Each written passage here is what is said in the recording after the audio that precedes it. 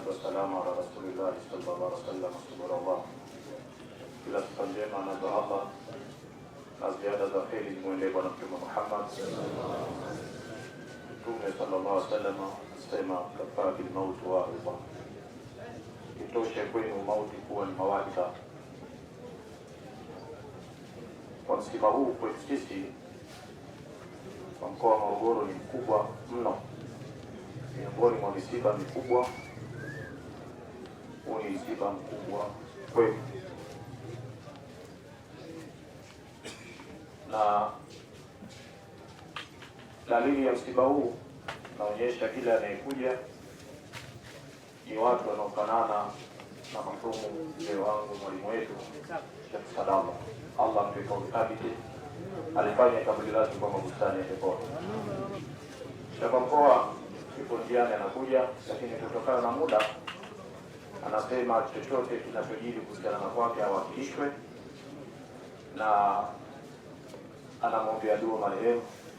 Mwenyezi Mungu ajalie kauli thabiti na makao mazuri katika maisha yake ya kabri. Mwisho kabisa, kuridhie ni mpango wa Mwenyezi Mungu, kulitamani mawazo yake, fikra zake, elimu yake, kudumu naye,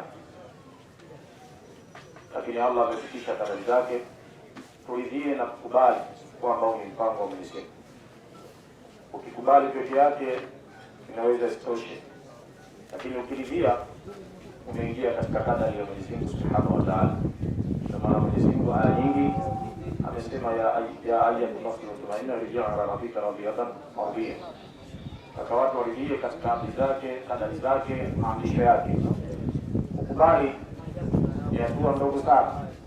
Ukubali unaweza hapa wakatokea watu na vyombo vya moto wakatuamrisha tugale chini hapa kwa hofu, na asiyekubali tutamuua kwa kuwa tunaogopa kufa, alafu kufa kwenyewe kwa kidhalili. Tutakubali kugalagala kwenye tope kwa ajili tusiulie.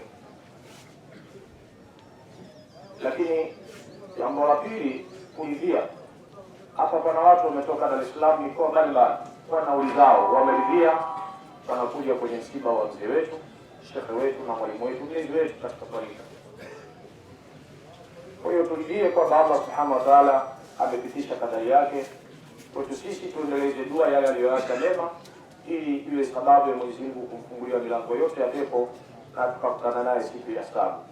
Kwa kuomba Mwenyezi Mungu Subhanahu wa Ta'ala ampe kabisa mzee wetu, na utujalie nasi tubaki nyuma yake, utujalie kuwa ni mwisho, tupate mwisho mwema. Asalamu alaykum wa rahmatullahi wa barakatuh.